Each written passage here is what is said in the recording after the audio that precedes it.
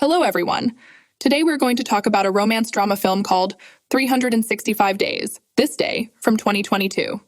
A lot of interesting things are waiting for you. Laura from Poland finds herself in the same tunnel she entered at the end of the first part of the film. She managed to survive, but lost her baby. She didn't have time to tell Massimo about her pregnancy, and he was happy because his beloved was alive. They decided to get married, and before the wedding, Massimo dropped by Laura's place to make love right on the table. Olga saw them doing this. She chased her husband away, handed her friend a lot of underwear to choose from, and went to the ceremony. Massimo and Laura were married in a church. Then the celebration began. When the husband and wife were alone, Laura tied Massimo to a chair to cheer him up. She undressed, took a battery-powered device, and began to pleasure herself in front of her tied-up husband. Finally, Massimo could not stand it any longer and joined her. Meanwhile, Domenico walked in on the girl while she was taking a bath. Olga was offended by him because he did not pay attention to her. However, Domenico managed to win back her affection, and they did things together. In the morning, Laura appeared in front of Massimo in a new look. Her hair was long and dark again.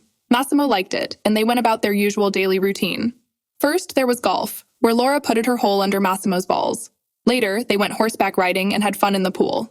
Domenico and Olga kept up with them, though their love games were more sophisticated. Olga turned her partner's body into a cake and wanted to lick it, but then Massimo and Laura came in and interrupted their experiments.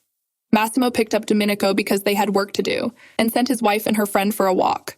Laura immediately turned on the bad girl mode and started to lash out at her husband for treating her like a thing. She can't live without doing anything.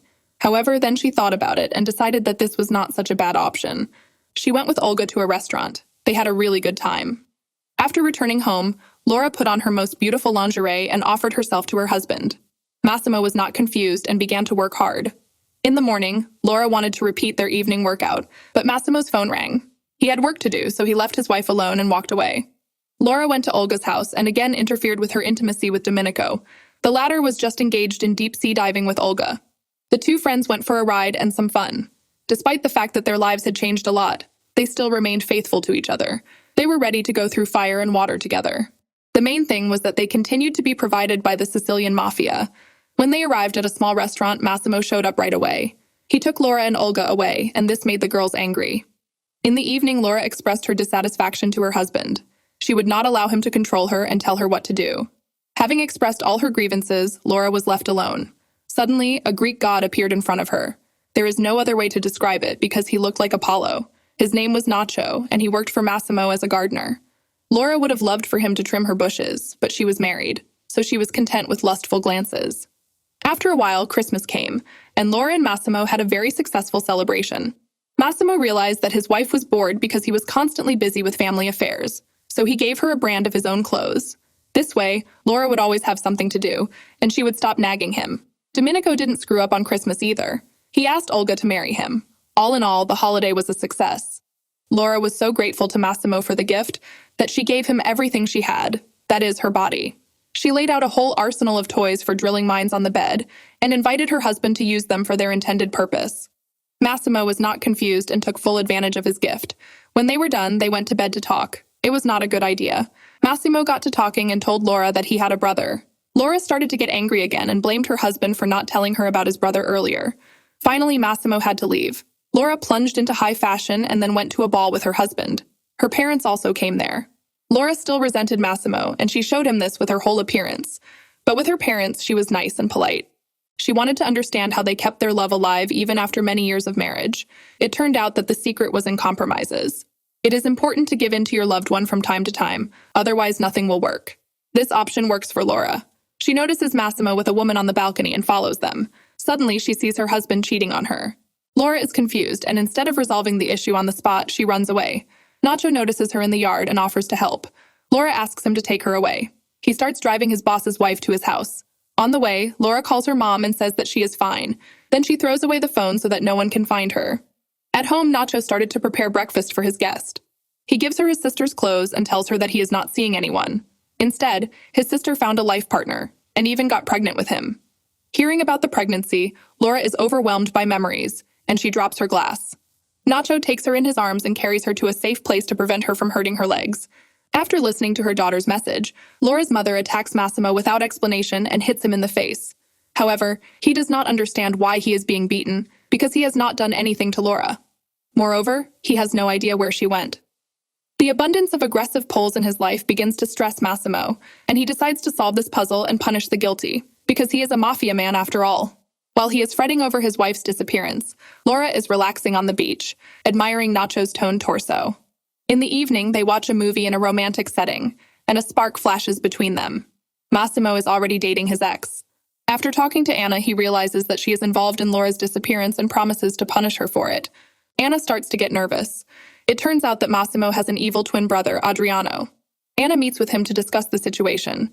They are told that Laura has left with Nacho. This is bad news, so Adriano eliminates the man who brought them the news. Massimo finds out that Laura is living on the island with Nacho. He knows who the gardener really is and realizes that getting his wife back will not be easy. Meanwhile, Laura goes to bed and dreams of Nacho. He kisses her in different places, bringing her to the finish line. But suddenly an unknown man tries to enter her room. Suddenly Nacho appears and knocks the stranger down. Laura thinks that the gardener has eliminated him, but Nacho says that the attacker is still alive and will be turned over to the police. Laura begins to realize that Nacho is not a gardener, and he confirms that he has secrets that he is not going to share yet. Nacho says that the fancy house and sports car belong to his father. He's taking her out for some fun. He and Laura go jet skiing and relax on an abandoned beach. The next day, they meet Nacho's sister, and while the girls are talking, he goes to talk to an unknown man. Judging by what Laura saw, the conversation turned out to be very unpleasant. After the conversation, Nacho went into the sea and began to hit the waves in anger. After that, he and Laura go swimming. Nacho teaches her how to ride a surfboard, and then they kiss in the sea. In the morning, Laura wakes up from another pleasant dream, in which Nacho makes her happy. But it turns out to be just a dream, and the real Nacho is standing next to her, watching Laura feel good. In the evening, Nacho tells Laura that they have to meet with his father. Massimo will be present at this meeting.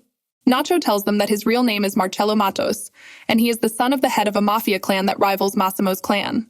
Marcello and Laura get ready to go to the meeting. At the entrance, Laura is taken away by the leader's bodyguards, and Nacho goes into the house. Here, Matos explains to Massimo that he was involved in the accident in the tunnel where Laura lost her baby. He wants to tell Massimo to respect the boundaries of the Matos family. However, Massimo didn't get the hint, and that's why Laura ended up with Nacho. Matos threatens Massimo to make him obedient. But his plan is ruined when he learns that Laura has been taken by strangers. He realizes that someone has intercepted his family's main trump card, so he goes to rescue the girl, taking Massimo with him. The two mafiosi arm themselves and go in search of Laura. At this point, she finds out that Massimo has an evil twin brother whom she mistook for her husband, and that Massimo was not actually cheating on her. Adriano says that he is going to get rid of Massimo and become the head of the family. Anna is also involved in this.